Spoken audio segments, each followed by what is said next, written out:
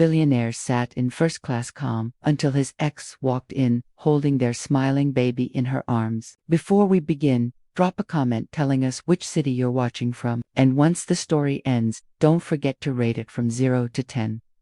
And make sure to follow our channel for more stories like this. Now, sit back and enjoy every detail. The leather seat in first class embraced Rowan Castell like an old friend. At 34, his tall, athletic frame still commanded attention wherever he went. His dark hair perfectly styled despite the early morning flight. His emerald eyes, which had charmed countless women across 3 continents, were focused on his phone screen as he scrolled through property listings in Monaco. The Castell tourism empire had made him one of the youngest billionaires in the luxury travel industry, but today felt different. Today he was flying to London not for business expansion, clear's throat, or another acquisition, but because his restlessness had reached a breaking point. 3 years of endless parties, exotic locations, and temporary companions had left him feeling strangely hollow. "Good morning, Mr. Castell," the flight attendant said with a practiced smile. "Can I get you anything before takeoff?" "Just coffee black," he replied, without looking up, his deep voice carrying the confident tone of someone accustomed to being served. Rowan adjusted his expensive watch and settled back into his seat, thinking about the London penthouse he'd just purchased. Another acquisition, another address to add to his collection of homes around the world. His mother had stopped asking when he'd settle down. His friends had given up trying to set him up, and he'd convinced himself that freedom was worth more than anything else. The boarding continued around him, a steady stream of well-dressed passengers claiming their first-class seats. He barely paid attention until he heard a baby's laugh. Bright, infectious, pure joy condensed into sound. That's when he looked up and froze. Delaney Ren stood in the aisle, 3 rows ahead, cradling a baby against her chest. Her honey blonde hair was shorter now, just touching her shoulders in soft waves, instead of the long cascade he remembered running his fingers through. She wore a simple navy sweater that hugged her curves modestly, paired with dark jeans and comfortable flats, practical travel clothes that somehow made her look more beautiful than any designer dress ever had. But it was her face that stopped his breath. Those warm brown eyes still held the same gentle intelligence that had first captivated him, though there was something new there, a depth, a quiet strength that hadn't existed before. Her skin still had that porcelain fairness with a hint of rose in her cheeks, and when she smiled down at the baby, the same dimple appeared on her left cheek. The baby, a little girl with wispy dark curls and the biggest blue eyes Rowan had ever seen, giggled again, her tiny hands reaching for Delaney's face. She was beautiful, probably around 9 months old, wearing a pink onesie with tiny elephants on it. Rowan's throat went dry. 3 years since their devastating breakup, since the final fight that had shattered everything between them. 3 years since he'd convinced himself he was better off without her quiet stability. Her need for roots, her dreams of a simple life that had felt like a cage to his wandering spirit. Delaney hadn't seen him yet. She was focused entirely on settling the baby, checking her diaper bag, making sure everything was secure for takeoff. She moved with the careful efficiency of someone who'd learned to handle everything alone. A businessman in an expensive suit helped her lift her carry-on into the overhead compartment, and she thanked him with that same sweet smile Rowan remembered. But when the baby started to fuss, she handled it alone, bouncing gently and whispering soft reassurances. The sight hit him like a physical blow. Delaney, his Delaney, was a mother. His mind raced through possibilities, calculations, time. 3 years since their breakup, the baby looked around 9 months old. Plus 9 months of pregnancy meant she had moved on about 8 months after their split, found someone else, someone who gave her what she'd always wanted, built the life he hadn't been ready to give her. The plane began to taxi, and Rowan found himself gripping the armrest as his carefully constructed world tilted on its axis. All those nights in Dubai penthouses, all those parties on Ita beaches, all those beautiful strangers whose names he'd forgotten by morning, none of it had prepared him for this moment. Delaney finally looked back to check something in her bag, and their eyes met across the cabin. The recognition hit her like lightning. Her brown eyes widened, her lips parted slightly, and for a moment, she looked exactly like the 27-year-old woman who had walked out of his life, because she'd realized he would never choose her over his next adventure. The baby, sensing her mother's tension, looked around curiously until her bright blue gaze landed on Rowan. Instead of crying, she broke into the biggest smile, showing 2 tiny teeth, and waved her chubby hand at him, as if they were old friends. Rowan felt something crack open in his chest, something he'd spent 3 years carefully sealing shut. Delaney quickly turned back around, her cheeks flushed, clearly as shaken as he was, but the damage was done. The carefully maintained distance of 3 years had elapsed in an instant, leaving them trapped together at 30,000 feet with nothing but memories, regrets, and the sound of a baby's laughter filling the space between them. As the plane climbed toward the clouds, Rowan stared at the back of Delaney's head and wondered if fate had a sense of humor, or if it was just cruel enough to show him everything he'd lost exactly when it was too late to get it back. What happens when the past collides with the present at 30,000 feet? Will Rowan find the courage to face what he walked away from? Or will 3 years of silence prove too much to overcome? The flight attendant's voice crackled through the intercom, announcing cruising altitude, but Rowan heard nothing beyond the thundering of his own heartbeat. For the past hour, he'd been stealing glances at Delaney, watching her natural grace as she cared for the baby, Emery. He'd heard her whisper the name during a brief crying spell. Delaney moved with the fluid confidence of motherhood, anticipating the baby's needs before they became urgent. When Emery dropped her stuffed elephant, Delaney caught it midair without looking. When the little girl grew restless, Delaney produced a quiet toy from seemingly nowhere. Every gesture spoke of a woman who'd learned to navigate the world alone, carrying both herself and her child with quiet dignity. The businessman beside her, a silver-haired man in his 50s, had struck up conversation. Clearly charmed by both mother and baby, Rowan watched Delaney's polite responses, the way she deflected personal questions while remaining gracious. She'd always been skilled at protecting her privacy, even with strangers. "Excuse me, sir." Rowan looked up to find the flight attendant standing beside his seat, concern creasing her brow. "You haven't touched your meal. Is everything all right?" He glanced down at the untouched plate of her broasted salmon. "I'm fine, just not hungry." But he wasn't fine. Nothing about the situation was fine. The woman he'd spent 3 years trying to forget was sitting 3 rows ahead, and every minute felt like torture. The Rowan Castell, who commanded boardrooms and closed billion-dollar deals, was reduced to a nervous teenager, unable to concentrate on anything but the curve of her neck, the gentle way she bounced Emery when the baby grew fussy. Then turbulence hit. The plane lurched violently to the left, sending drinks sliding across tray tables. Several passengers gasped, and Rowan instinctively gripped his armrests. But his eyes immediately found Delaney, who'd wrapped both arms protectively around Emery, shielding the baby with her entire body. The captain's voice came over the intercom. "Folks, we're experiencing some unexpected weather. Please return to your seats and fasten your seatbelts." Another sharp drop made the plane shudder. This time, Emery started crying. Not her usual cheerful babbling, but the scared wail of a child who sensed danger. Delaney tried everything, bouncing, shushing, offering toys. Nothing worked. The baby's cries grew louder, more panic. Other passengers began to look annoyed. The businessman beside her shifted uncomfortably. A woman across the aisle shot disapproving glances. Rowan watched Delaney's cheeks flush with embarrassment as she struggled to calm her daughter while fighting her own obvious fear of the turbulence. "I'm sorry," Delaney whispered to no one in particular, her voice barely audible over Emery's screams. "I'm so sorry."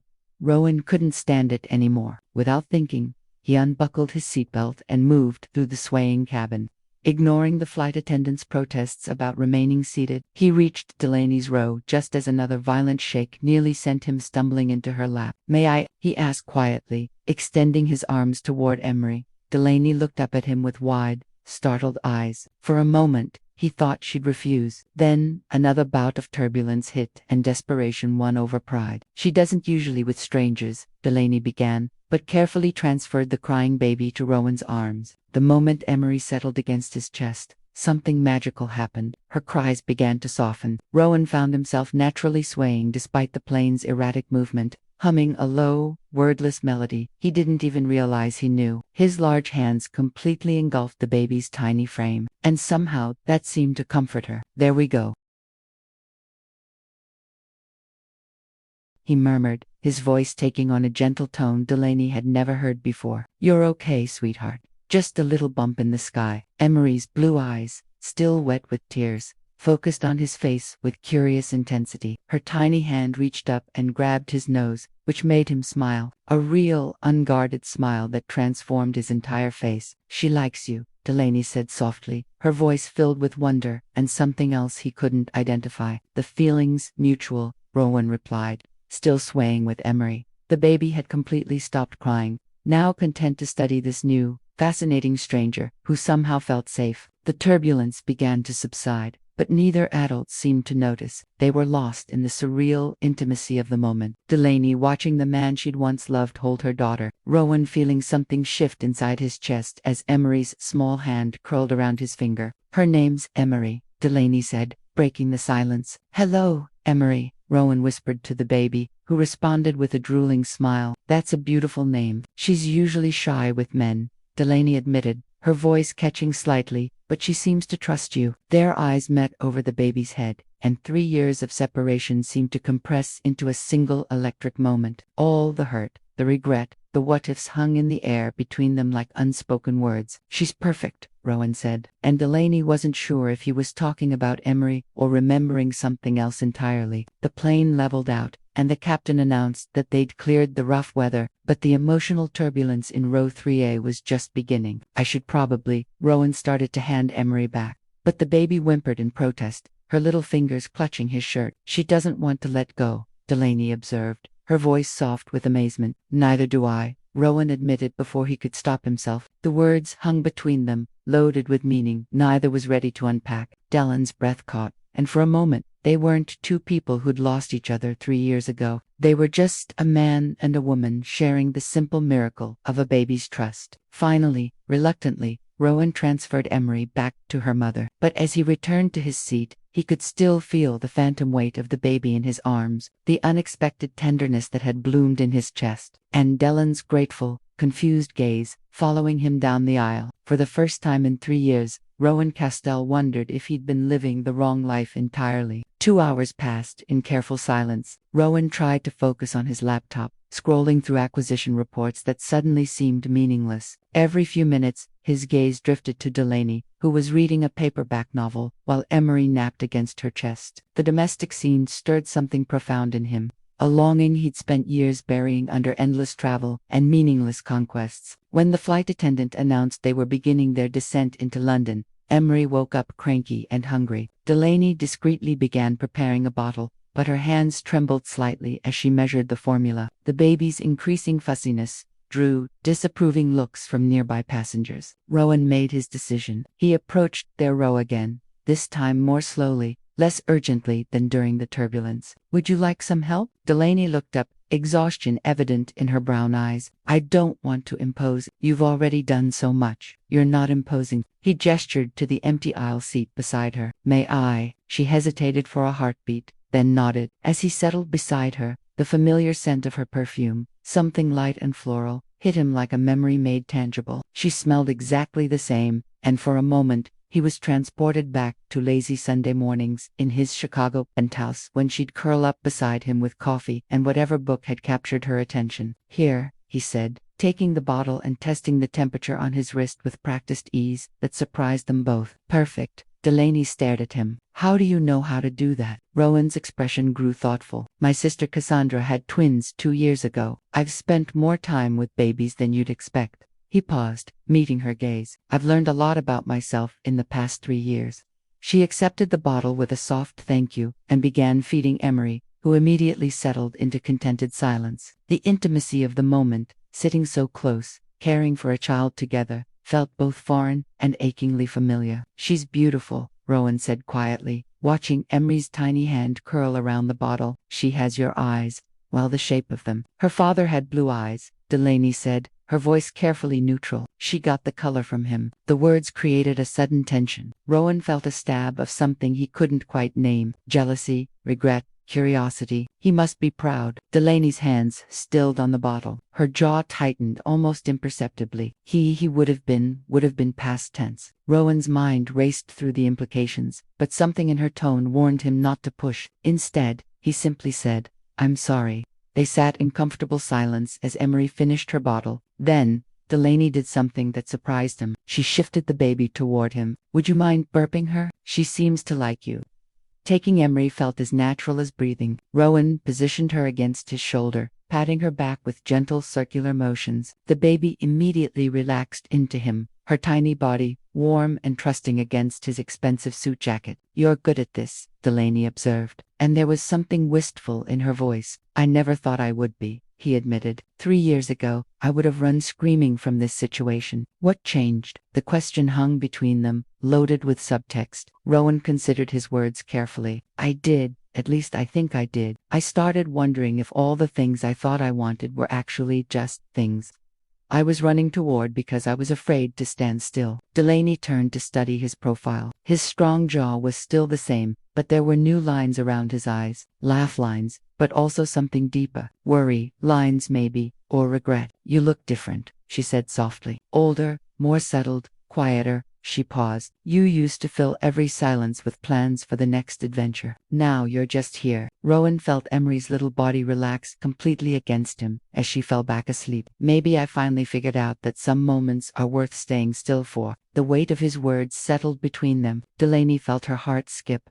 remembering the man she'd fallen in love with. Underneath all his restless energy, this version of Rowan Comer, more present, was someone she'd only glimpsed in rare, unguarded moments during their relationship. The penthouse in Chicago, she said suddenly. Do you still have it? Yes, though I'm rarely there. He hesitated. I kept thinking I should sell it, but I couldn't bring myself to do it. She knew why. That penthouse held their entire relationship. Lazy mornings in his kitchen, wine tastings on the terrace, fights about his upcoming trips, passionate reconciliations that never quite fixed the underlying problem. It was where she'd realized she loved him, and where she'd finally accepted that love wasn't enough if only one person was willing to stay and fight for it. I used to imagine what would have happened if I'd asked you to come with me, Rowan continued quietly. To all those places, all those adventures you did asked. Delaney reminded him, her voice barely above a whisper. Multiple times. No, I asked you to follow me. That's different. He looked directly at her, his emerald eyes intense. I should have asked you to build something with me instead of expecting you to just tag along for my ride. The honesty in his voice took her breath away. This was the conversation they'd never had 3 years ago. The understanding that had come too late. Delaney, he began, then stopped, seeming to wrestle with something. What? Are you happy? The question was simple, but his voice was full of complex emotions. Really happy? She looked down at Emery, sleeping peacefully in his arms, then back up at his face. For a moment, she considered lying, giving him the easy answer that would keep her safe. Instead, she found herself telling the truth. I'm content, she said carefully. I have Emery, and she's everything to me. I have a good life, quiet, stable, exactly what I always wanted. That's not what I asked. Their eyes met and held. In that moment, 3 years of careful healing, of building a life without him, of convincing herself she'd moved on completely, threatened to crumble under the intensity of his gaze. Ladies and gentlemen, we're beginning our final descent into London Heathrow, the captain announced, breaking the spell. Rowan carefully transferred Emery back to Delaney's arms, his fingers brushing hers in the exchange. The contact sent electricity shooting up her arm, and she knew from the way his breath caught that he'd felt it, too. As they buckled their seatbelts for landing, neither spoke, but something fundamental had shifted between them during the flight. The careful distance they'd maintained was gone, replaced by a dangerous intimacy that made them both remember exactly why they'd fallen so hard for each other in the first place, and why it had hurt so much when it all fell apart. The wheels touched down at Heathrow with a gentle bump, but Rowan's heart was anything but settled. As passengers began gathering their belongings, he found himself moving with deliberate slowness, unwilling to let this unexpected reunion end. Delaney was methodically packing Emery's diaper bag.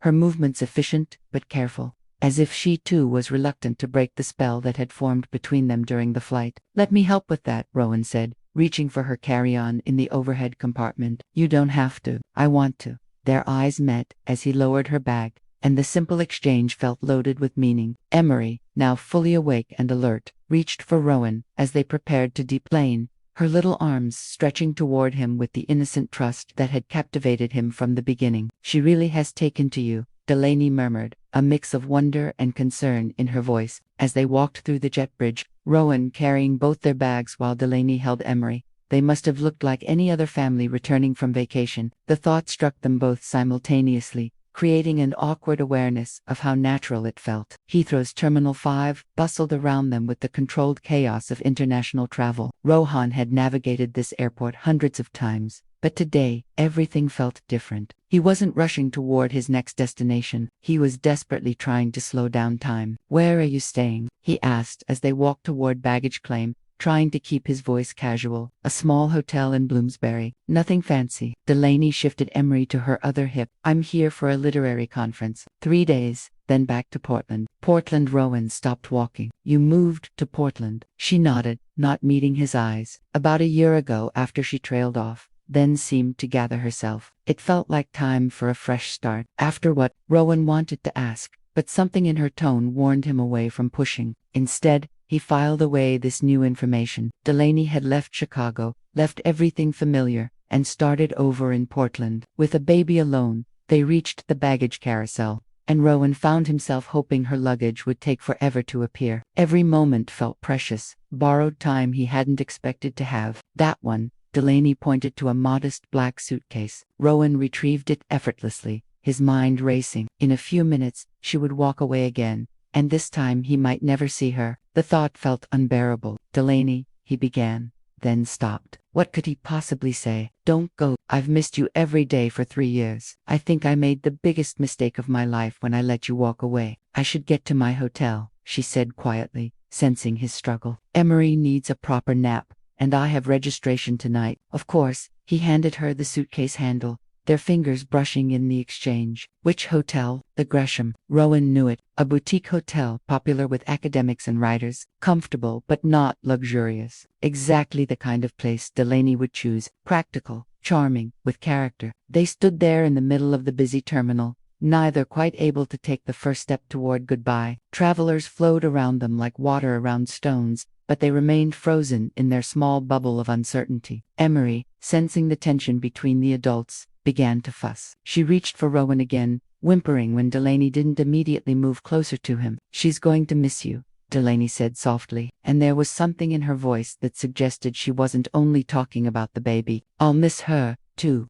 Rowan's voice was rough with emotion. "Both of you." The admission hung between them like a bridge neither was quite brave enough to cross. 3 years of carefully built walls were crumbling, but the fear of being hurt again kept them both paralyzed. "Rowan," Delaney started, then shook her head. "This is complicated. It doesn't have to be." "Yes, it does." Her brown eyes filled with a pain that went deeper than their old breakup. "You don't understand. My life now, it's not what you think. I can't just..." She stopped, struggling with words. "Then help me understand." For a moment, he thought she might. Her lips parted as if she was about to explain everything. Where she'd been, what had happened, why she looked at him now, with such careful guardedness, mixed with undeniable longing. Instead, she stepped back, clutching Emery closer. "I should go." "Wait." The word came out more desperate than he'd intended. "Let me drive you to your hotel, Rohan, please." He ran a hand through his hair, vulnerability cracking his polished exterior. "I know I have no right to ask for more time. I know I lost that right 3 years ago, but please just let me drive you to your hotel." Delaney searched his face,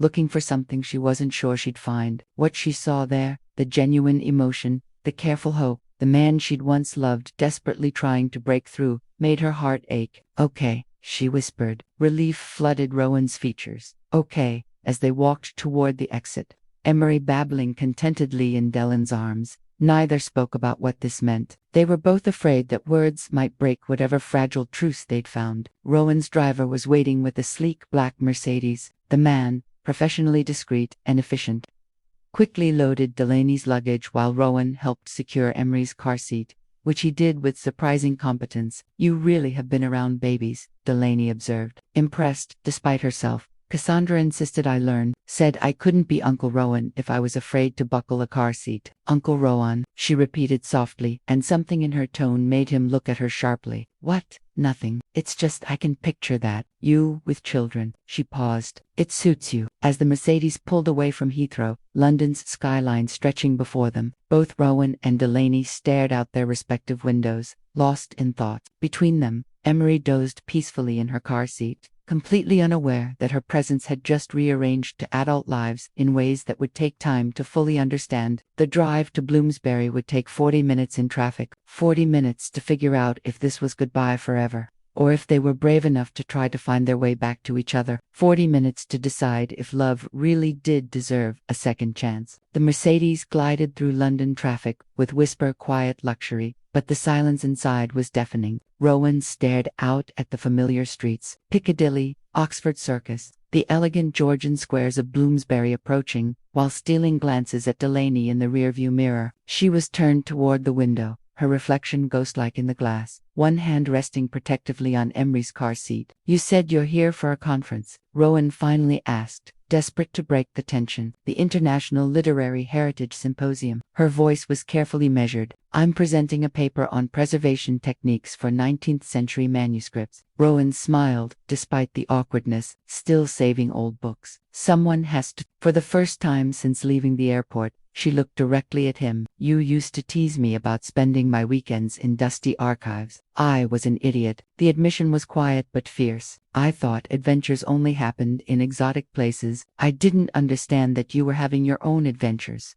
Just quieter ones." Delaney's breath caught. This version of Rohan, reflective, humble, was so different from the restless man she'd known, that Rowan would never have admitted he was wrong about anything, let alone something so fundamental to who she was. "What changed?" she asked softly. Rowan was quiet for a long moment. "Honestly, I got tired of always moving, always chasing the next thing. I woke up in a 5-star hotel in Bangkok about a year ago, and I couldn't remember which country I'd been in the week before. I had everything I thought I wanted, and I felt completely empty." He paused, gathering courage for what came next. "I realized that all my adventures meant nothing because I had no one to share them with, not really share them, and the one person I'd wanted to share them with, I'd driven away because I was too scared to slow down long enough to build something real." Delaney felt tears prick her eyes. These were the words she'd needed to hear 3 years ago, but hearing them now felt like salt in a wound that had never fully healed. "Rowan," she whispered, her voice breaking slightly. "I know it's too late," he continued,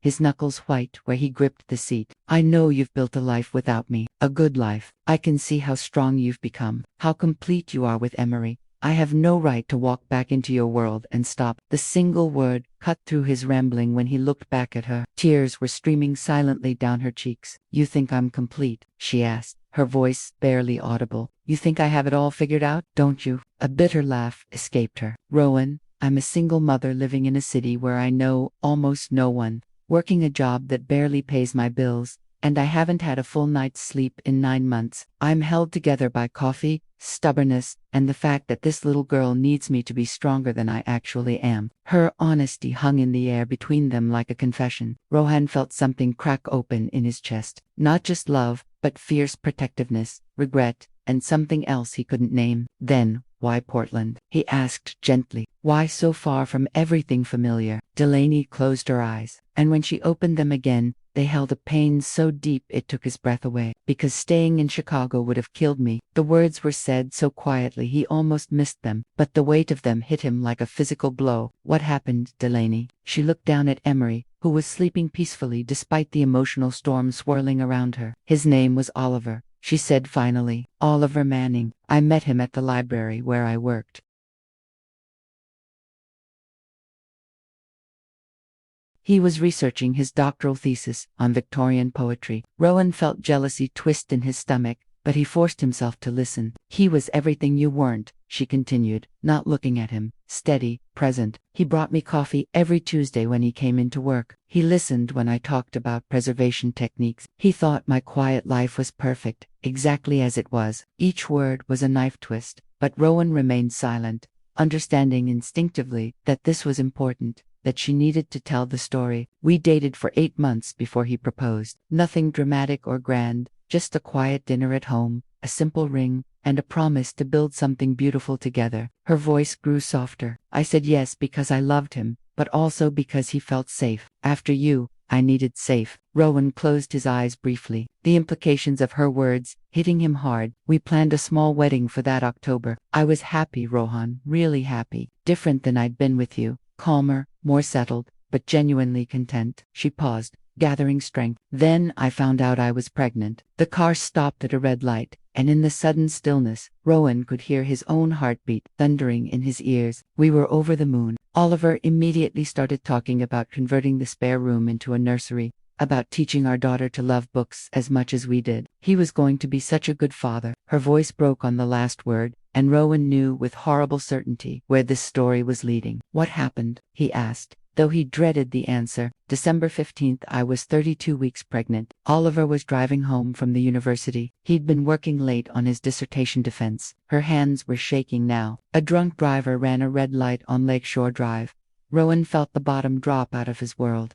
Delaney, he died instantly. They told me that was a mercy, that he didn't suffer, but all I could think about was that he was probably planning what to read to the baby that night. He'd been reading to her every evening, even though she wasn't born yet. Tears were flowing freely now, and Rowan wanted nothing more than to pull her into his arms, but the car seat between them felt like an ocean. Emery was born 6 weeks later, January 30th. She came early because of the stress, the grief. I held her for the first time in the same hospital where they'd pronounced Oliver dead, and I didn't know if I was strong enough to love her without him. But you were, Rowan said fiercely. You are. Some days, she wiped her eyes with the back of her hand. Some days I barely manage. That's why I moved to Portland. Everything in Chicago reminded me of what we'd planned, what we'd lost. I needed to start over somewhere that didn't have ghosts on every corner. The Mercedes pulled up in front of the Gresham Hotel, but neither of them moved to get out. Rowan turned in his seat to face her fully, his heart breaking for everything she'd endured. I'm so sorry, he said, and the inadequacy of the words was painful. I'm so sorry you went through that alone. I wasn't completely alone. I had Oliver Unk's parents, some friends from work, but it wasn't. She trailed off, then looked directly at him. I needed you. When Oliver died, when Emery was born, during all those long nights when I thought I was drowning, I needed you, and you weren't there. Her words hit him like a physical blow, not an accusation, just truth, raw, painful truth. If I had known, you would have what? Dropped everything and come running. Her smile was sad, understanding. Maybe you would have, but the point is, you didn't know because we'd cut each other completely out of our lives. And that was probably for the best, because 3 years ago you couldn't have handled this, the responsibility, the grief. The way love sometimes means staying in one place and fighting through the hardest days, instead of running toward the next adventure. Rowan sat in stunned silence, absorbing the magnitude of what she'd shared. Delaney had loved someone else, lost him tragically, had his baby alone, and rebuilt her entire life from scratch. She was right. 3 years ago, he would have been useless to her. But now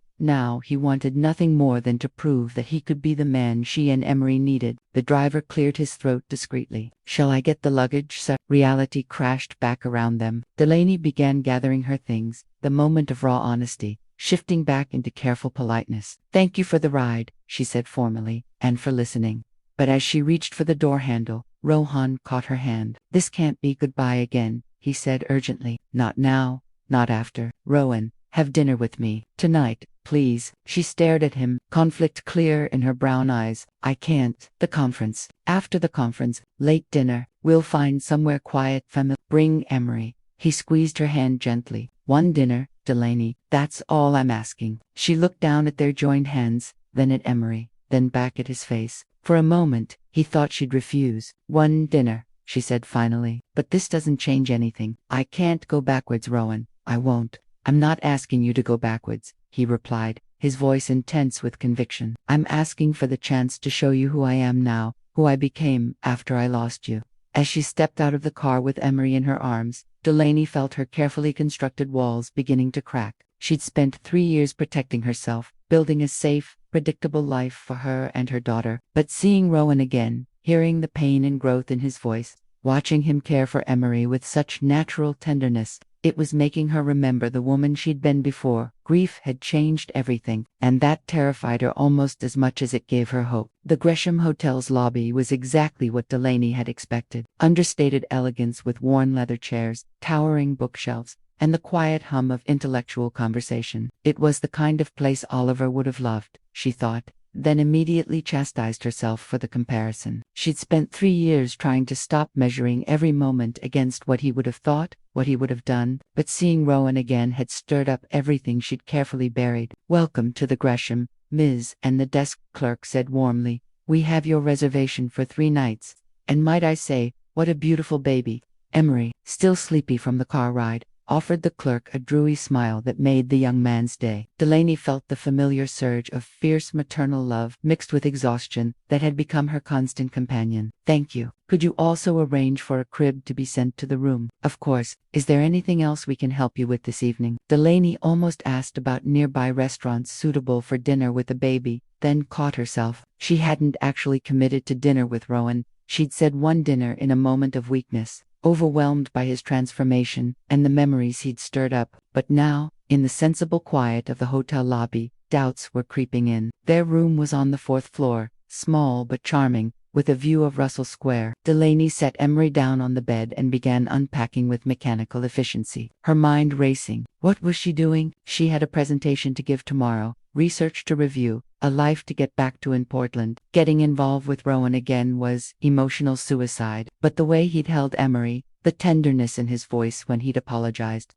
the genuine pain in his eyes when she told him about Oliver. Her phone buzzed with a text message. "Unknown number. It's Rowan. I got your number from the hotel. I hope that's okay. Dinner at 8 o'clock. I found a place called Profanani in Bloomsbury. Family friendly, quiet, excellent reviews. No pressure if you've changed your mind."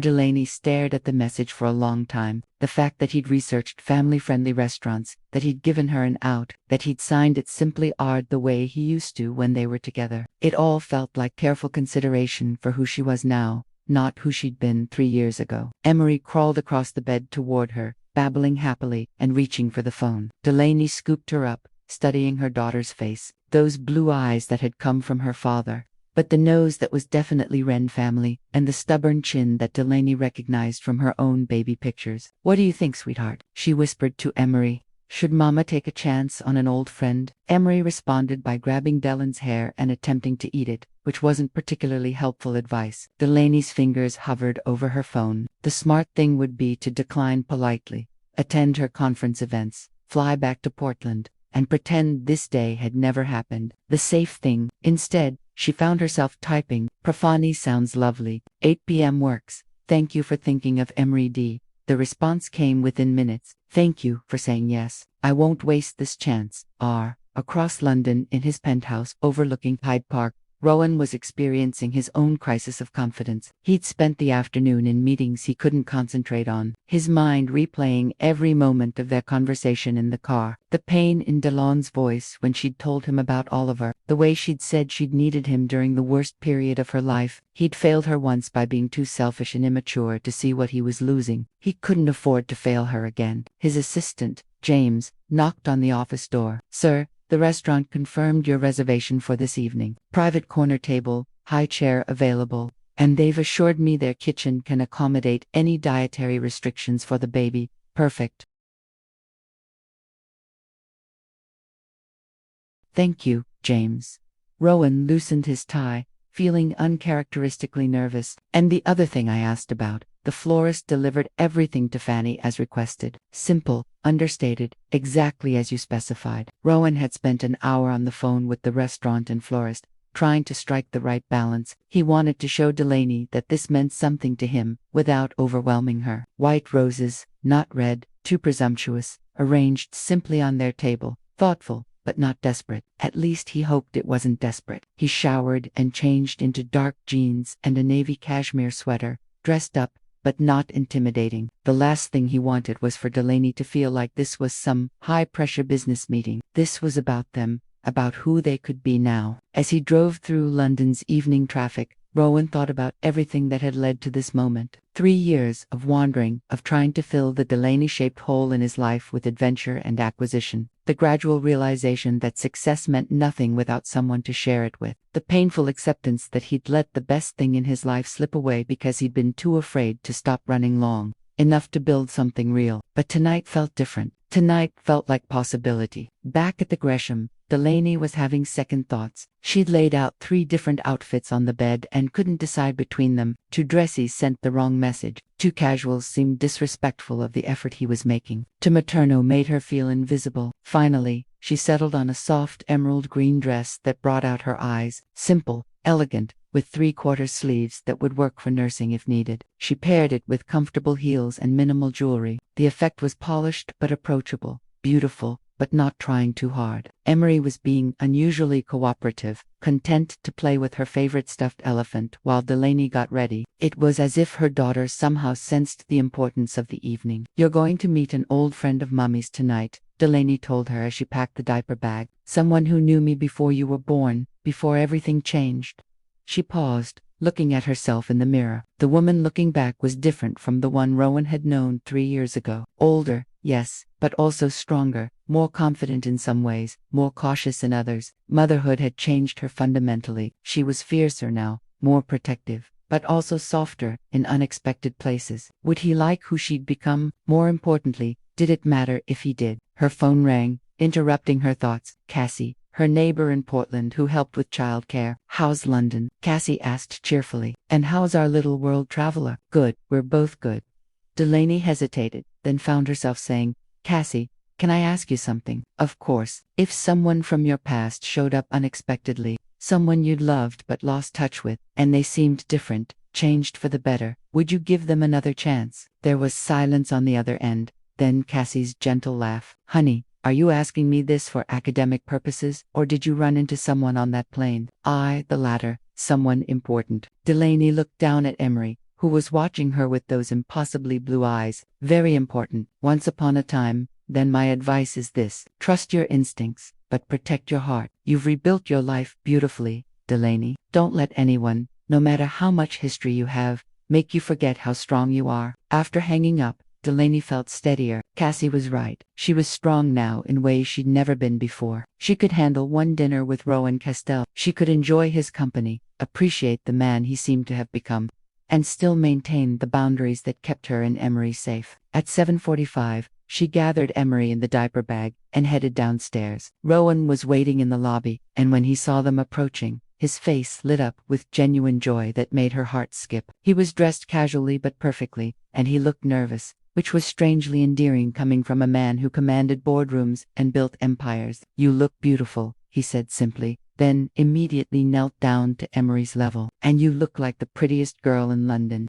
Emery rewarded him with her biggest smile and reached for his face with both hands. Watching them together, Delaney felt something loosen in her chest, not her guard dropping entirely, but shifting slightly. "Shall we?"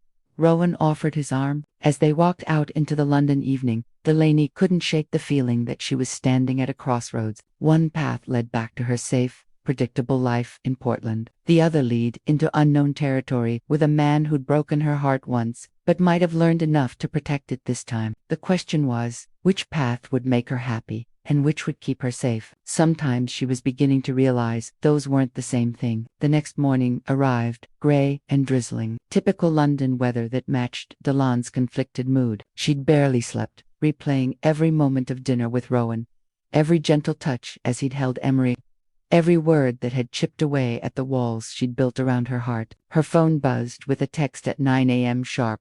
"Good morning. Would you and Emery like a proper London day? I promised to behave myself. R." She stared at the message for 10 minutes before responding. "What did you have in mind? Something you'd actually enjoy? Trust me." Against her better judgment, she found herself typing, "One day, but we take things slow, slower than a glacier. I'll pick you up at 11 o'clock. At exactly 11 o'clock, Rowan appeared in the hotel lobby wearing dark jeans, a charcoal sweater, and a smile that made her stomach flutter. Despite her resolve to keep things simple, he traded his usual luxury sedan for a family-friendly Range Rover, complete with a professionally installed car seat. "You bought a car seat?" Delaney asked, incredulous. "I had one installed." "There's a difference."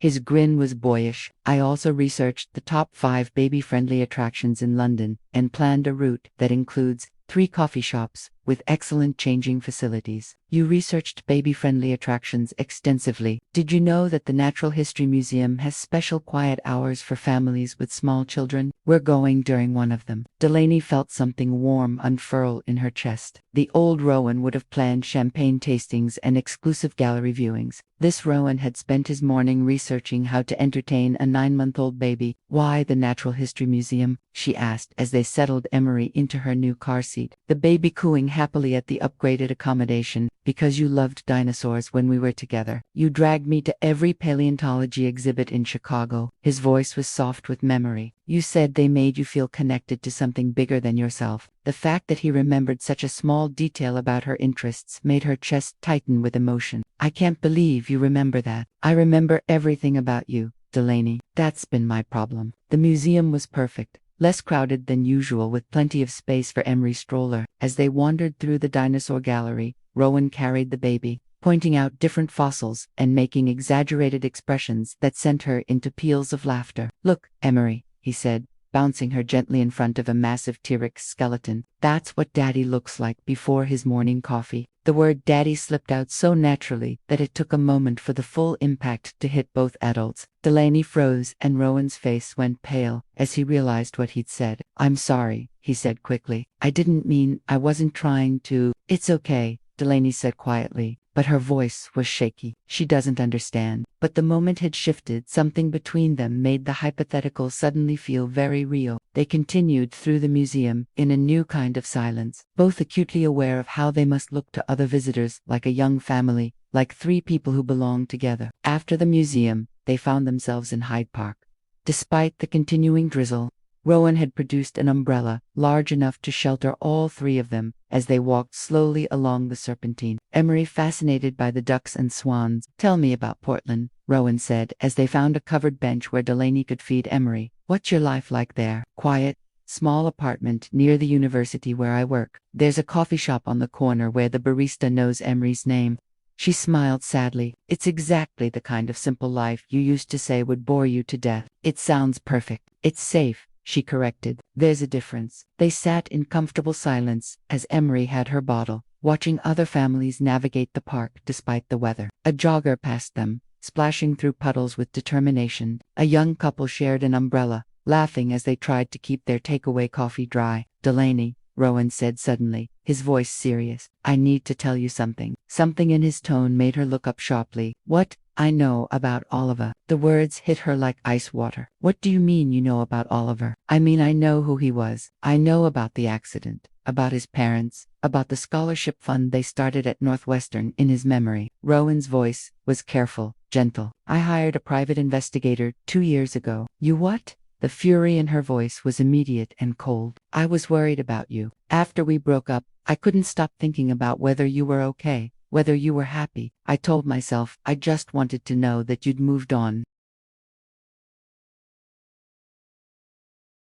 that you were building the life you wanted. So, you had me investigated. Each word was precisely enunciated, deadly quiet. I called it off as soon as I found out about the accident, as soon as I realized what you'd been through. He turned to face her fully. But yes, for about 3 weeks, 2 years ago, I violated your privacy because I was selfish and couldn't let go. Delaney carefully placed Emery back in her stroller, her movements controlled but trembling with anger. You had no right. I know, I mean it, Rowan. You had no right to spy on my life, especially after what I'd been through. You're absolutely right. I was wrong, and I'm sorry. Sorry. She stood up abruptly, her voice rising despite their public location. I trusted you tonight. I told you about Oliver, about losing him, about struggling alone with Emery, and the whole time you already knew it wasn't like that. Then, what was it like? Her brown eyes flashed with a pain that went deeper than anger. Because from where I'm sitting, it looks like you used information you had no right to have to manipulate me into opening up to you. No, Rowan stood as well, his own voice becoming urgent. Delaney, I didn't bring up Oliver. You told me because you chose to trust me. The investigator's report was just facts, dates, places, public records. It told me nothing about how you felt, what you went through, how you survived. Only you could tell me that. But you let me think you were hearing it for the first time, because I was. The facts aren't the story, Delaney. Your pain, your strength, your love for Emery, the way you rebuilt your life, none of that was in any report. That was all you. Trusting me with your truth. She stared at him, conflict wearing in her expression. Part of her understood what he was saying, but the violation of privacy, the deception by omission, felt like a betrayal at the worst possible moment. I need space, she said finally. I need to think. Of course, I'll drive you back to the hotel. No. She was already reaching for Emery's stroller. We'll take the two. I need some time alone. Delaney, please don't. She held up a hand to stop him. Just don't. I'll call you tomorrow. As she walked away through the drizzling rain, maneuvering Emery's stroller with practiced efficiency, Rowan remained on the bench feeling like he'd just destroyed the best thing that had happened to him in years. He'd been honest, finally, about his past mistakes, but honesty, he was learning, didn't automatically equal forgiveness. And now he had less than 24 hours to figure out how to prove to the woman he loved that his feelings were real, not based on information he'd gathered in secret, but on the extraordinary person she'd become, despite everything life had thrown at her. The rain began falling harder, but Rowan didn't move. He sat alone on the bench, watching the space where Delaney and Emery had disappeared, wondering if he'd just lost them forever. This time, entirely through his own stupidity. Delaney's hotel room felt suffocating despite its elegant proportions. She'd spent the afternoon pacing between the window and Emery's travel crib, replaying every moment of the past 2 days, questioning every emotion, every softened defense, every moment she'd allowed herself to hope. Emery, blissfully unaware of the adult drama swirling around her, played contentedly on the bed with her stuffed elephant, occasionally looking toward the door as if expecting someone specific to walk through it. He's not coming, sweetheart, Delaney whispered, though the words felt like glass in her throat. Her phone had buzzed 6 times with messages from Rowan. She'd read them all, but couldn't bring herself to respond. I know I have no right to ask for forgiveness. I made a terrible mistake 2 years ago, and an even worse one, by not telling you immediately. You deserved honesty from the beginning. Please don't let my stupidity ruin what we could have. I love you. I've loved you for 3 years through every mistake, every regret, every empty day without you. If you can find a way to forgive me, I'll spend the rest of my life earning your trust. The last message had arrived an hour ago, and the silence since felt ominous. Part of her wanted to call him, to scream and cry and demand explanations. Another part wanted to pack immediately and catch the first flight back to Portland, back to her safe, predictable life, where no one could hurt her with good intentions and terrible judgment. But the largest part of her, the part she was afraid to acknowledge, just missed him, missed the way he'd looked at Emery with such natural tenderness, missed the careful way he'd planned their day around what would make them both happy, missed the man he'd become during their years apart. A soft knock interrupted her spiral of thoughts. For a wild moment, her heart leaped,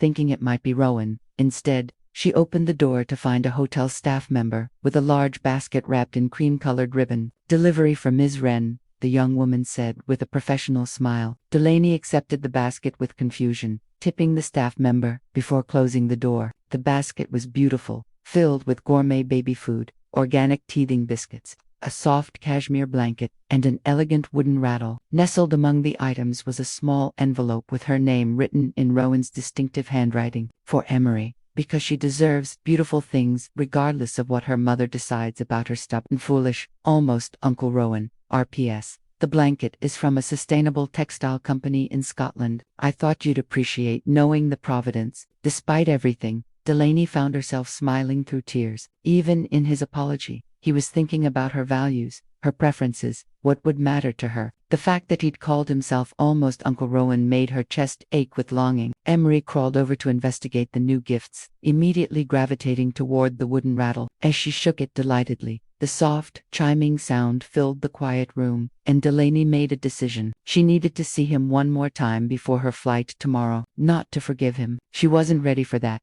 but to understand. Meanwhile, 3 miles away in his Mayfair penthouse, Rowan stood at his floor-to-ceiling windows, watching London's skyline blur through the rain. He'd changed clothes twice, paced his office for hours, and contemplated flying to Portland just to have the chance to gravel properly on her doorstep. His assistant had called twice about urgent business matters. He'd ignored both calls. For the first time in his adult life, business felt completely irrelevant compared to the possibility of losing Delaney forever. The private investigator incident had been a moment of weakness 2 years ago. Born from sleepless nights and whiskey-fueled regret, he'd convinced himself he just wanted to know she was happy, that seeing evidence of her successful new life would help him move on. Instead, learning about Oliver's death had nearly broken him, not from jealousy, but from the devastating knowledge that she'd suffered so profoundly while he was living his shallow existence. Completely unaware, he'd fired the investigator immediately and spent the next 6 months in what could only be described as a depression. That was when the real changes had started. Selling the yacht,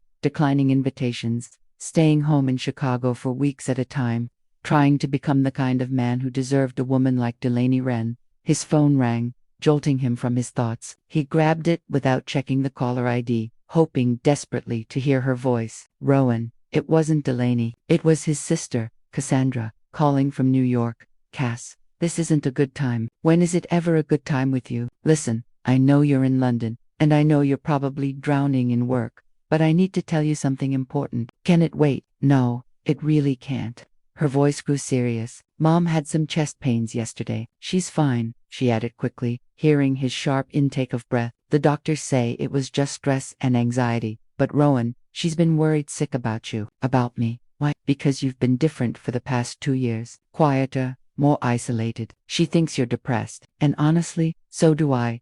When's the last time you brought someone home for dinner? When's the last time you seemed genuinely happy about anything? Rowan closed his eyes. His family had noticed his changes, but he'd thought he'd been hiding his struggles better. I'm not depressed, Cass. I've just been figuring things out. Figuring what out? How to be the kind of man worth loving. The honesty in his voice made his sister pause. When she spoke again, her tone was gentler. Rowan, what's really going on? And don't give me some corporate answer about reassessing priorities. So he told her everything about Delaney, about their relationship and breakup, about seeing her on the plane, about Emery, about the investigator, about falling in love with a life he'd never thought he wanted. Jesus, Rowan, Cassandra said when he finished, you hired a private investigator to spy on your ex-girlfriend. I know how it sounds. It sounds like something our father would have done. The comparison hit like a physical blow. Their father had been controlling, manipulative, someone who used money and information as weapons. It was exactly what Rowan had spent his adult life trying not to become. That's not who I am, he said quietly, isn't it? Because from where I'm sitting,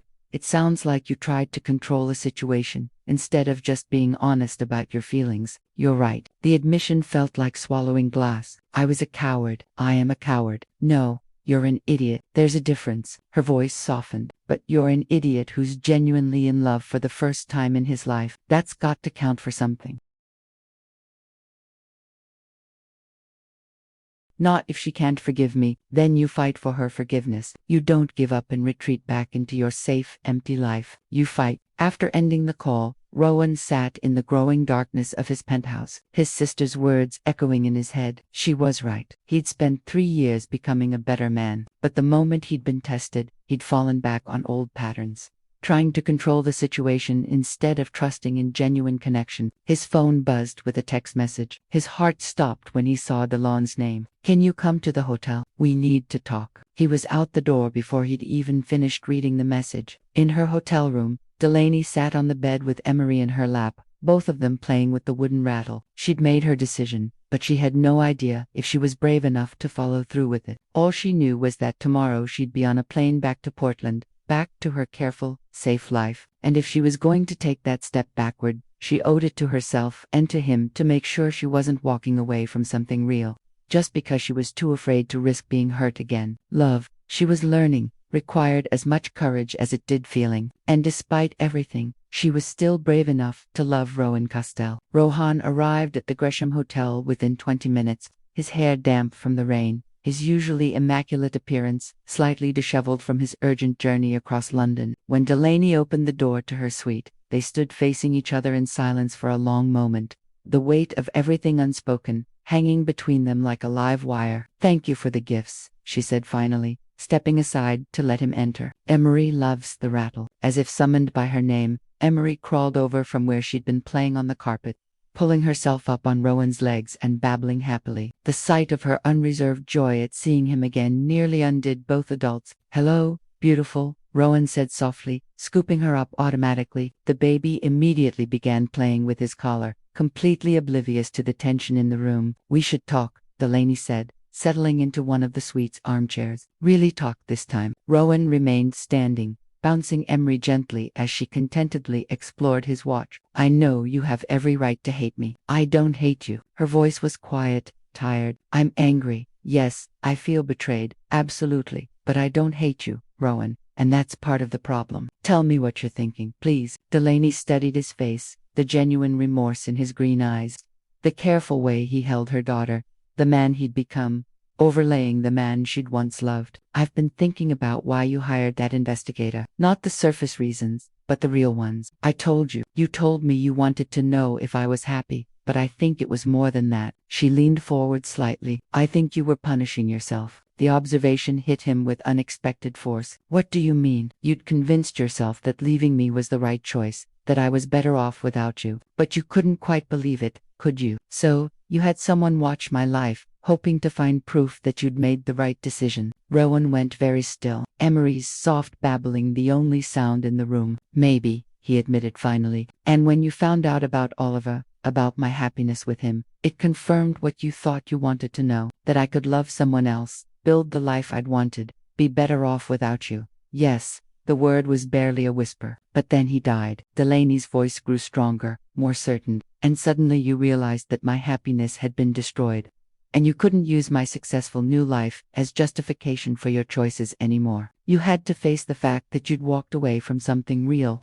And now I was suffering, and you weren't there to help. Rowan closed his eyes, the accuracy of her assessment, like a knife to his chest. You're right. All of it. I was a coward who couldn't face what he'd given up. So, I tried to convince myself it was noble, that you were better off without me. And when that illusion was shattered, you started changing, really changing, not just talking about it. How do you know that? Because the man who walked away from me 3 years ago would never have spent his morning researching baby-friendly attractions. He would never have bought a car seat or remembered that I loved dinosaurs. He would never have sat still long enough to have this conversation. She paused. The man I fell in love with was always in there, Rowan. He just needed a reason to surface. The room fell quiet, except for Emery's happy gurgling as she played with Rowan's shirt buttons. He looked down at her, this perfect little person who had somehow become central to his hopes for the future. Then back at Delaney. I love you, he said simply. Not the memory of you, not the idea of you, but you, the woman you are right now with all your strength and scars and the way you love this little girl with your whole heart. I love how you've built a life from grief, how you've become even more beautiful because of what you've survived. Tears slipped down Delaney's cheeks. And I love you, the you that you've become. But love isn't enough, Rowan.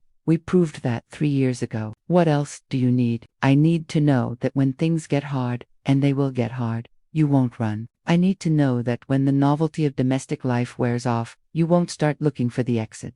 As she wiped her eyes with the back of her hand, most importantly, I need to know that you're choosing this life because it's what you truly want, not because you're trying to atone for past mistakes. Rowan carefully transferred Emery to her mother's arms, then knelt on the floor in front of Delaney's chair, taking her free hand in both of his. 3 years ago, I thought freedom meant keeping my options open, never committing fully to anything or anyone because there might be something better around the corner. His voice was intense, focused entirely on her face. I was wrong. Real freedom is choosing something, someone, and meaning it completely. It's building something lasting instead of always chasing the next adventure. Pretty words, more than words. He reached into his jacket pocket and pulled out a small velvet box. Delaney's breath caught. Rowan, no, let me finish. He didn't open the box, just held it between them. This ring belonged to my grandmother. She wore it for 62 years of marriage to a man who chose her every single day. Through war and poverty, and the death of a child and everything else life threw at them. Delaney stared at the box, her heart racing. I'm not asking you to marry me tonight. I'm not asking you to forgive me immediately, or trust me blindly, or uproot your life in Portland. He set the box carefully on the coffee table between them. I'm asking you to let me prove that I'm the man who deserves this ring. Let me court you properly. Let me show up consistently, reliably for you and for Emery. Let me earn the right to be part of your family. How? She whispered. I'll move to Portland. I'll work remotely, fly back for essential meetings, but my primary residence will be wherever you and Emery are. I'll learn every detail of your routine, every preference, every fear. I'll be there for the 2 a.m. feedings and the teething episodes, and the first steps and the bad days, when grief sneaks up on you. Emery, sensing the emotional intensity in the room, reached for Rowan from her mother's arms. Without thinking, Delaney let him take her again, and the baby immediately settled against his chest as if she belonged there. And if you decide after I've proven myself that you can trust me with your heart again. He looked down at Emery, then back at Delaney. I want to adopt her legally. I want to be her father in every way that matters. Not to replace Oliver's memory, but to give her the security of knowing she'll always have someone who will fight for her happiness. The words broke something open in Delaney's chest. This wasn't the grand romantic gesture of the old Rowan, full of flash and dramatics. This was quiet,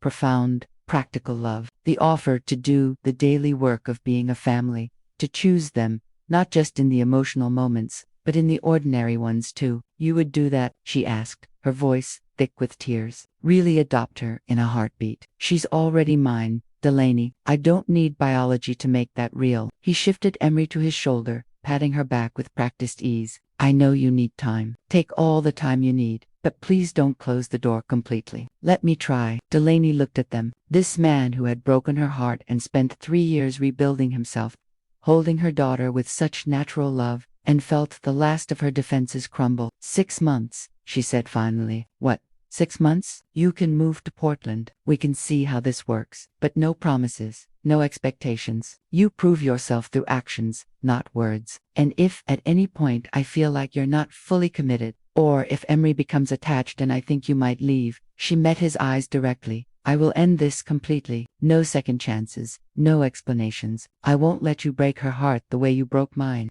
Understood. Relief flooded his features. 6 months, I'll take it. And therapy for both of us, together and separately. If we're going to do this, we're going to do it right. Yes, absolutely. Emery had fallen asleep against his shoulder, completely trusting and peaceful, looking at her daughter in the arms of the man she'd never stopped loving. Delaney felt something she hadn't experienced in years. Hope for a future that included not just survival, but joy. This is terrifying, she admitted. For me, too. He reached for her hand with his free one. But some things are worth being terrified for. Outside, London continued its eternal dance of rain and light. But inside the hotel suite, 3 people who had found each other across years of pain and growth sat in the quiet, understanding that love, real love, was rarely easy, but always, always worth the fight. Tomorrow, Delaney would fly back to Portland, and in 2 weeks, Rowan Castell would follow her, ready to trade his kingdom of endless horizons for the deeper adventure of building a home. The coffee shop on Burnside Street had become their sanctuary. Every Tuesday and Friday morning at 9 a.m., Delaney would arrive with Emery in her stroller, order her usual lavender latte, and settle into the corner booth by the window. And every Tuesday and Friday, Rowan would appear exactly 15 minutes later, with his black coffee and whatever pastry had caught his eye, sliding into the seat across from her like he'd been doing it forever. Today marked exactly 6 months since their agreement in London. 6 months of careful courtship, consistent presence, and the slow rebuilding of trust that had been shattered years ago. She's walking more steadily, Rowan observed,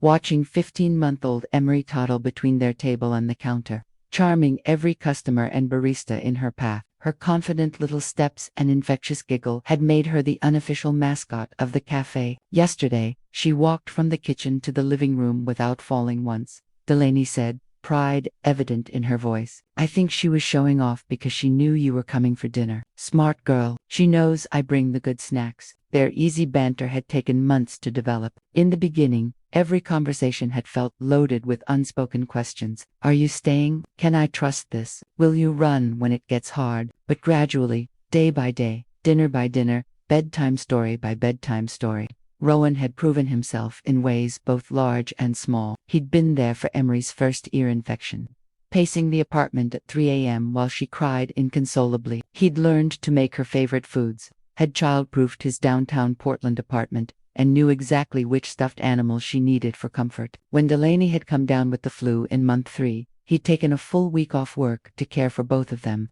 proving that his commitment went far beyond the romantic moments. How was therapy yesterday? Delaney asked, referring to his individual sessions with Dr. Martinez. Good, hard, but good. We talked about control patterns again. Rowan's willingness to examine his past behaviors had been one of the most encouraging signs of genuine change. She thinks I've been using work as a way to avoid dealing with emotions for most of my adult life. Shocking revelation, Delaney said with gentle teasing. I know, right? Who could have seen that coming? His self-deprecating smile had become one of her favorite things about this new version of him. What about you? How are your sessions going? Dr. Chun thinks I'm ready to start talking about the future instead of just processing the past. She paused, meeting his eyes directly, which brings us to today's conversation. The air between them shifted, becoming charged with anticipation. They both knew this day would come. The end of their 6-month trial period, the moment when they'd have to decide whether this careful rebuilding had worked. Emery, sensing the change in atmosphere, abandoned her exploration of the cafe and climbed into Rowan's lap, settling against his chest with the complete trust that had characterized their relationship from the beginning. "I have something for you,"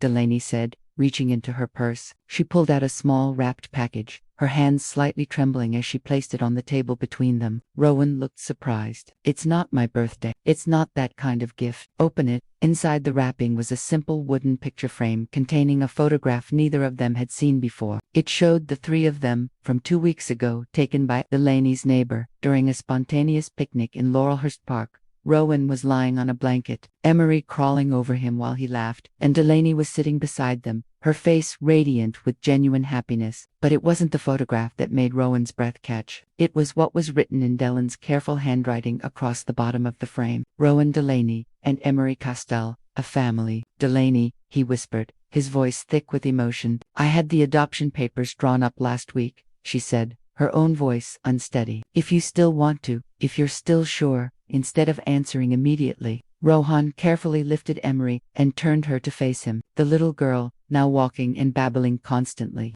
looked at him with those bright blue eyes that had captured his heart from the moment he'd met her. "Emery Rose," he said solemnly, using the full name Delaney had given her. "Would you like me to be your daddy? Your real forever, never going anywhere, daddy." Emery, who had recently learned to clap, broke into applause and shouted, "Duh," with perfect clarity, the word she'd been practicing for weeks, but had never said directly to him before. The sound broke something open in both adults. Rowan pulled Emery close, burying his face in her soft curls, while Delaney wiped tears from her cheeks. "Is that a yes?" he asked Emery, who responded by grabbing his nose and giggling. "From both of us," Delaney said softly. "That's a yes from both of us." Rowan reached across the table and took her hand, the simple touch electric. "After months of careful boundaries and slow rebuilding, I have something for you."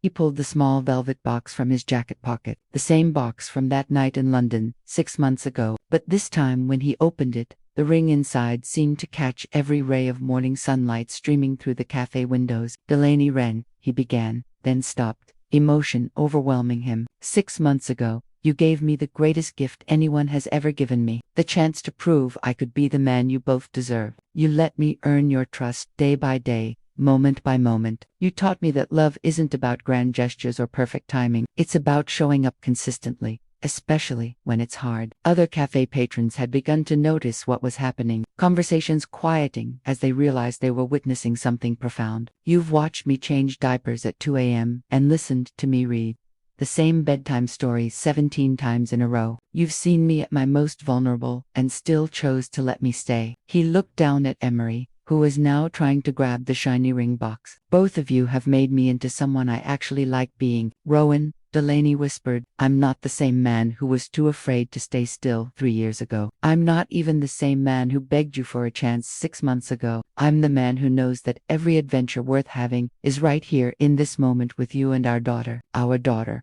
The words hung in the air like a promise. "Will you marry me, Delaney? Will you let me spend the rest of my life proving that the best journey isn't to some exotic destination? It's the daily adventure of loving you and raising Emery and building something real together." Through her tears, Delaney saw everything she'd ever wanted reflected in his green eyes. Not the reckless passion of their youth, but something deeper, steadier, more precious. The promise of ordinary mornings and shared responsibilities, of someone who would stay when things got difficult, of a partner who chose their small, beautiful life over all the excitement the world had to offer. "Yes," she whispered, then louder, "Yes, of course, yes." The ring slid onto her finger, as if it had been waiting there all her life. Around them, the cafe erupted in spontaneous applause, strangers celebrating the love story they just witnessed. But Rowan and Delaney only had eyes for each other and the little girl in his arms who was clapping enthusiastically, not understanding the magnitude of the moment, but sensing the joy surrounding her. "When?" Rowan asked, kissing her hand where the ring now rested. "Soon," Delaney said, reaching over to brush a tear from his cheek. "But small, simple, just us and Emery, and the people who matter most. Perfect." He shifted Emery so he could lean across the table and kissed Delaney properly. Their first real kiss in over 3 years. Tasting of coffee and tears, and the promise of all their tomorrows. When they broke apart,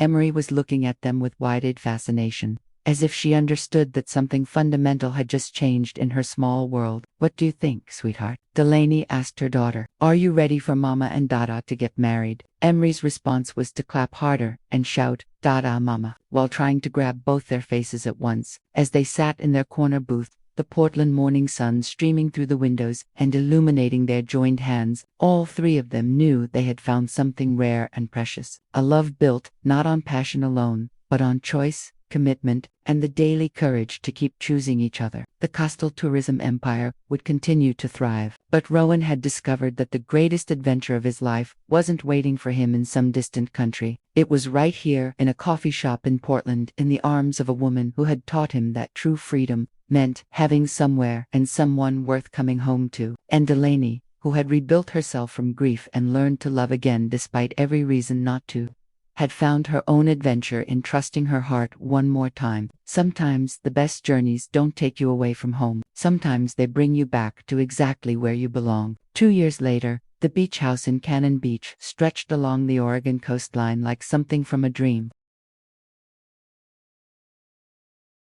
Floor-to-ceiling windows faced the Pacific Ocean where waves crashed against Haystack Rock in an eternal rhythm that had become the soundtrack of their new life. It was their first real family vacation, and Rowan had chosen this place not for its luxury, but for its peace. 2.5-year-old Emery Rose Castell ran across the sand with the fearless abandon that only toddlers possess, her dark curls flying behind her as she chased seagulls. She wore a bright yellow raincoat over her play clothes, practical but adorable, exactly the kind of thoughtful choice that characterized every decision they made as parents. "Da, look," she shouted, holding up a perfect shell she'd discovered. Pretty Rowan, who was building an elaborate sandcastle with the kind of focused attention he'd once reserved for billion-dollar acquisitions, looked up and smiled. "That's beautiful, sweetheart. Should we add it to our castle?" "Yes, Mama. Come see." Delaney emerged from the beach house carrying a thermos of hot chocolate and wearing one of Rowan's old Columbia University sweatshirts over her sundress. At 30, she was more beautiful than ever, not just because of the way motherhood and marriage had given her a serene confidence, but because genuine happiness had erased the lingering shadows that grief had left around her eyes. "What did you find, baby?" she asked, settling onto the sand beside them and accepting the shell Emery thrust into her hands with typical toddler enthusiasm. "It's perfect," Delaney declared, examining the small treasure seriously. "Where should we put it on the castle?" As Emery and Rowan debated the optimal shell placement with the gravity of United Nations negotiators, Delaney found herself studying her husband's profile. He'd changed so much from the restless billionaire she'd first fallen in love with. His hair was slightly longer now, more relaxed, and he wore simple jeans and a cable knit sweater instead of his usual designer suits. But the biggest change was in his eyes. Gone was the constant search for the next adventure, replaced by deep contentment with exactly where he was. "What are you thinking about?" he asked, catching her watching him. "Just this, how different everything is from what I imagined 2 years ago. Better or worse? Impossibly better." Their wedding had been everything they'd promised each other. Small, simple, perfect.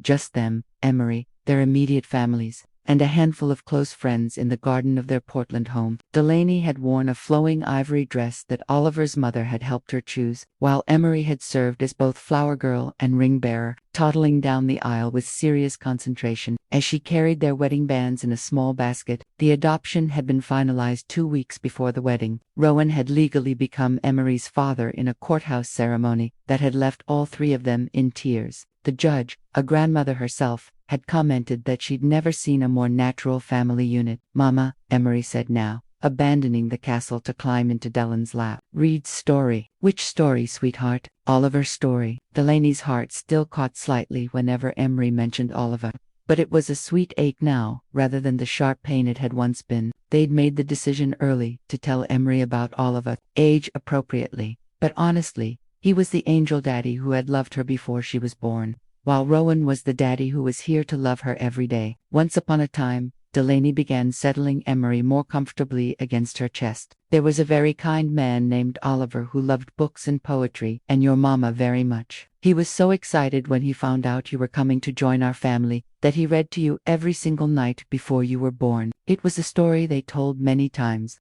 and Emery listened with the rapt attention she always gave to tales of the mysterious Oliver. Rowan had been the one to suggest they honor Oliver Unk's memory this way, understanding instinctively that loving Emery meant celebrating all the love that had brought her into the world. "Where Oliver now?" Emery asked, as she always did. "He's watching over us," Rowan said gently, pulling them both closer, "making sure we take good care of his special girl. And he's happy that you have Dada to love you every day," Delaney added, kissing the top of Emery Unka's head. This seemed to satisfy Emery, who snuggled deeper into their family huddle and began pointing out shapes in the clouds rolling across the Oregon sky. As the afternoon wore on, they built castles and collected shells and took dozens of photos with Delaney's old camera. Candid shots of Emery laughing, of Rowan teaching her to skip stones, of all three of them covered in sand and completely content. When the sun began to set, painting the sky in shades of rose and gold that would have done justice to any exotic destination Rowan had ever visited, they gathered on the beach house deck with takeout fish and chips, watching the waves and talking quietly while Emery dozed in Rowan's lap. "I got the final reports on the Santiago property today," Rowan mentioned, referring to his latest project, converting a historic monastery in Chile into a sustainable eco-resort that preserved both the building's heritage and the surrounding environment. "And we're officially fully booked for the next 18 months. The partnership with the local preservation society is working perfectly." He paused, stroking Emery's hair absently. "I've been thinking about expanding the heritage tourism program. There's a castle in Scotland that would be perfect for restoration." "Scotland?" Delaney raised an eyebrow. "That sounds suspiciously like travel." "Family travel," he clarified quickly. "The project would take about 6 months, but they have excellent schools for Emery, and there's a university library that would be perfect for your research." Delaney studied his face, looking for any trace of his old restlessness. Instead, she saw genuine excitement about sharing new experiences with them, about building their adventures together rather than seeking them alone. "You want to take a 2-year-old to Scotland for 6 months. I want to take my wife and daughter everywhere beautiful I've ever been, and show them all the places I never really saw because I was too busy running to appreciate them." He shifted Emery carefully, making sure she was comfortable in her sleep, "But only if it's what you want to. Only if it works for our family." Our family. Even after all this time, the phrase made Delaney's heart skip. "It might be nice," she admitted. "Emery's young enough that the change wouldn't disrupt her too much. And I have been wanting to research medieval manuscript preservation techniques, so that's a maybe." Let's talk about it more when we get home." They sat in comfortable silence as the stars began to appear over the Pacific. Emery sleeping peacefully between them, the sound of the waves providing a gentle lullaby. This, Delaney thought, was what happiness looked like. Not the dramatic passion of novels or movies, but this quiet contentment, this absolute certainty that she was exactly where she belonged. "Thank you," Rowan said suddenly, his voice soft enough not to wake Emery. "For what?" "For giving me another chance, for trusting me with this." He gestured to encompass their daughter, their marriage, their life together. "For teaching me that the best adventures happen when you're brave enough to stay. Thank you for proving you were worth the risk." As they carried their sleeping daughter inside and settled her into the portable crib they'd brought for the weekend, both Rowan and Delaney reflected on the unlikely journey that had brought them to this moment. 3 years ago, a chance encounter on an airplane had set in motion a chain of events that had healed old wounds,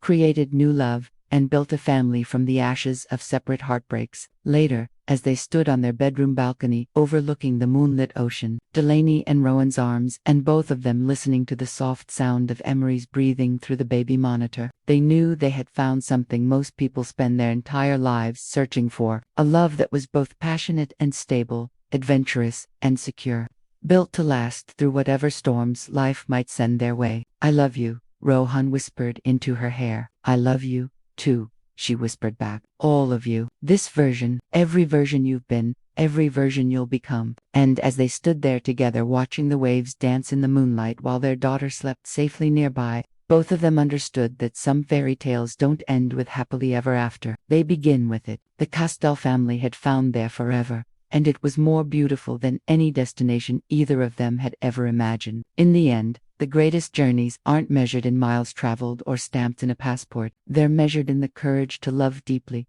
the wisdom to choose commitment over convenience, and the faith to believe that home isn't a place. It's the people who choose to stay by your side through every season of life. Sometimes the most extraordinary adventure is simply learning to be extraordinary to someone else. What would you choose? A lifetime of thrilling destinations or a lifetime of coming home to the people who make your heart feel at peace? Your participation means a lot to the channel. Please share your thoughts in the comment. Thank you for watching. If you enjoyed the story, please subscribe to our channel and leave a comment below, letting us know what you thought. Your feedback and support mean a lot to us. Stay tuned for more exciting stories.